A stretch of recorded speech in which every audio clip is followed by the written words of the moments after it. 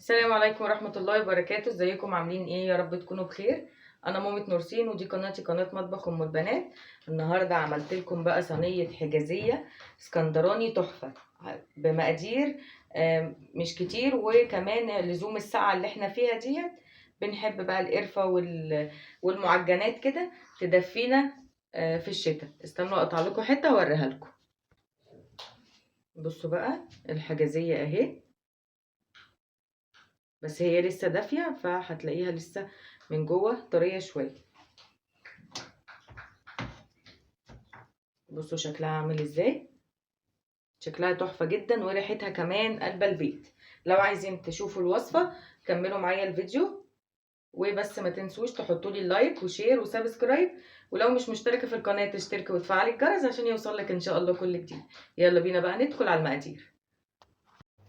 هنا بقى عندي البولة ديت اللي هعجن فيها، وعندي كوباية من المية الدافية هحط عليها 4 معالق من السكر. سكر حبيبات عادي، مش سكر بودر. وكمان عشان خاطر يدي العجينة كده تبقى مسكرة، لقيت الكوباية بتاعتي صغيرة شوية على المية، وممكن لما الخميرة تخمر كمان تفور، فانا قلتها في بولة كده وحطيت معلقة كبيرة من الخميرة او كيس خميرة فورية لو عندك اكياس. هحطها بقى تخمر على جنب. وعندي هنا انا جايبة نص كيلو من دقيق السميد او دقيق البسبوسة او دقيق السامولينا، حسب كل حد عارف اسمه ايه. هحط منه 3 كوبايات، بيكون كده يعني سمكه بيكون وسط، مش بيبقى خشن ومش بيبقى ناعم.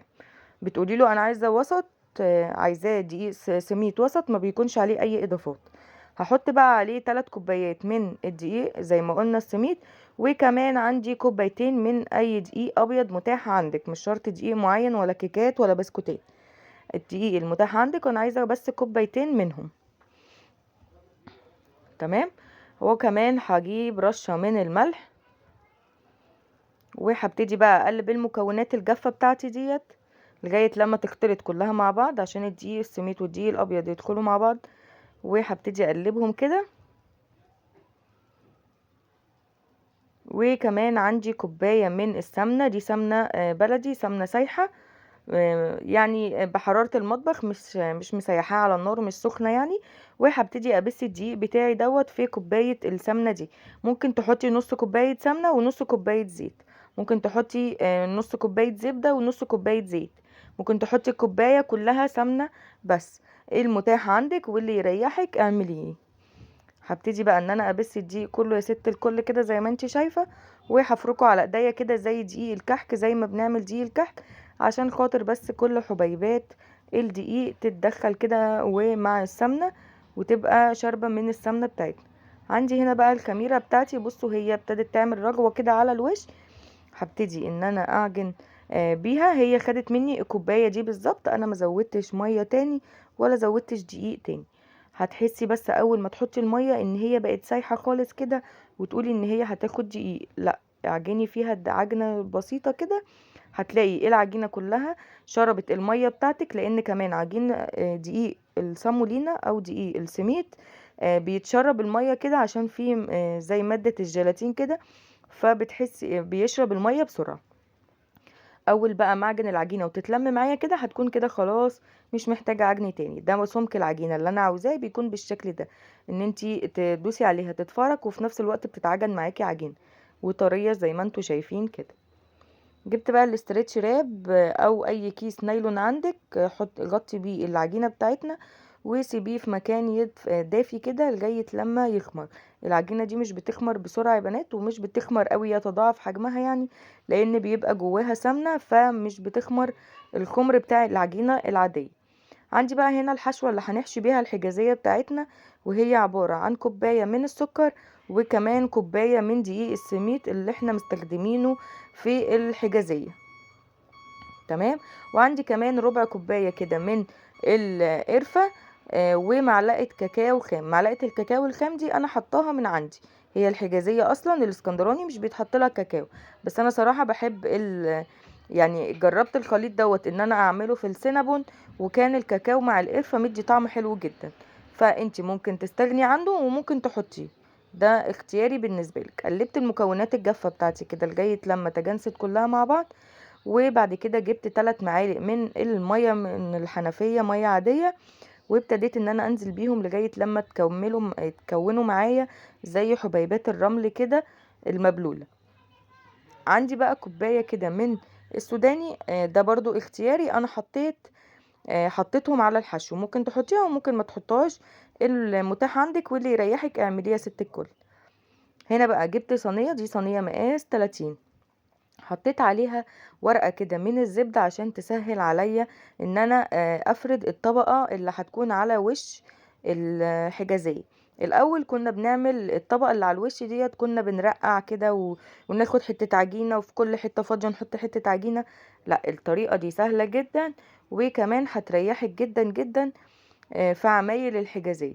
هبتدي ان انا افردها كده لغاية لما تبقى قد الصينية كلها، وهشيلها اسيبها على جنب. جبت بقى حتة العجينة الفاضلة التانية وهفردها في الصينية. الصينية يا بنات انا ما دهنتهاش ولا سمنة ولا زيت ولا اي حاجة، وما كانتش الحجازية لازقة، لان العجينة فيها كمية سمنة كويسة، فمش هتخليها تلزق في الصينية خالص. هتجيبي بقى اخر حتة كده وهتفضلي تفردي فيها لغاية لما تبقى رفيعة خالص كده، ويا دوبك طبقة كده على الصينية، وتعملي حواف كده من الجناب عشان خاطر الحشوة بتاعتنا في الفرن ما تتحرقش وتعمل ريحة كده في الحجازية مش حلوة او طعم مش حلو.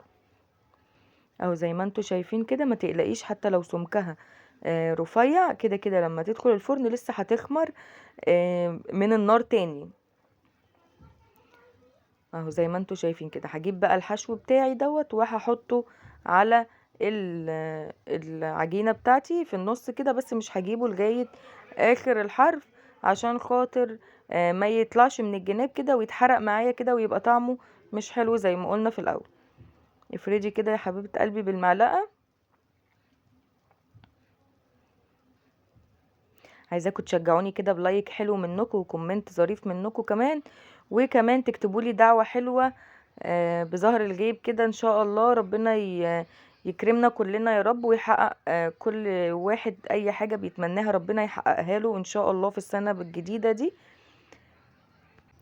وهنا بقى جبت العجينة اللي كانت على ورقة الزبدة وحطيتها، هي يعني ايه ما نجحتش قوي، بس برضو احسن من ان انا ارقع حته حته.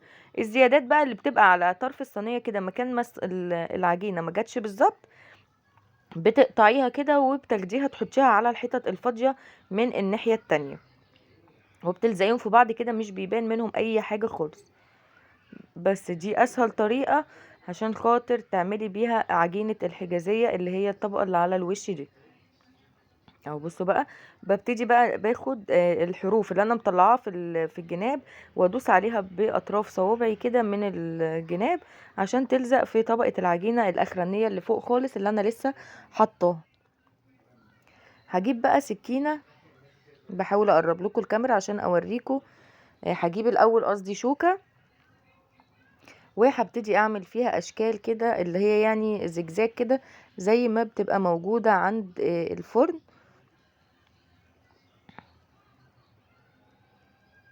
مش هتكلفك اي حاجة يا بنات، قومي اعمليها.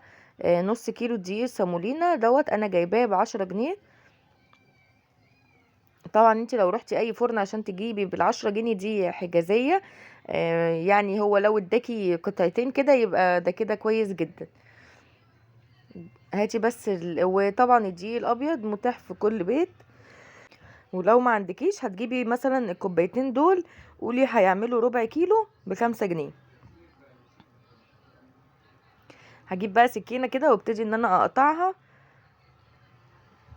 حبيت ان انا اعمل الشكل اللي هو مش عارفة اسمه ايه بصراحة، الشكل اللي احنا بنشتريها من عند الفرن كده بيكون ايه، معمولة زي سامبوكسات كده، بيتهيألي حاجة زي كده. والقطعة اللي بحس ان هي كبيرة بقطعها حتة صغيرة، لان انا طبعا بناتي الصغيرين عندي كارما بتقعد تفتفت كده، فبحاول ان تبقى القطعة على قد ما تاكلها بالظبط. طبعا التقطيعة دي اختياري، اللي يعجبك اعمليه. هروح بقى احطها في الفرن وارجع لكم تاني. وادي شكلها بعد ما طلعت من الفرن، ده شكلها النهائي. اتمنى تعجبكم وتجربوها. ما تنسوش تحطوا لي لايك وتشتركوا في القناة لو مش مشتركين، وتفعلوا الجرس. اشوفكم ان شاء الله في فيديو جديد ووصفة جديدة. مع الف سلامة.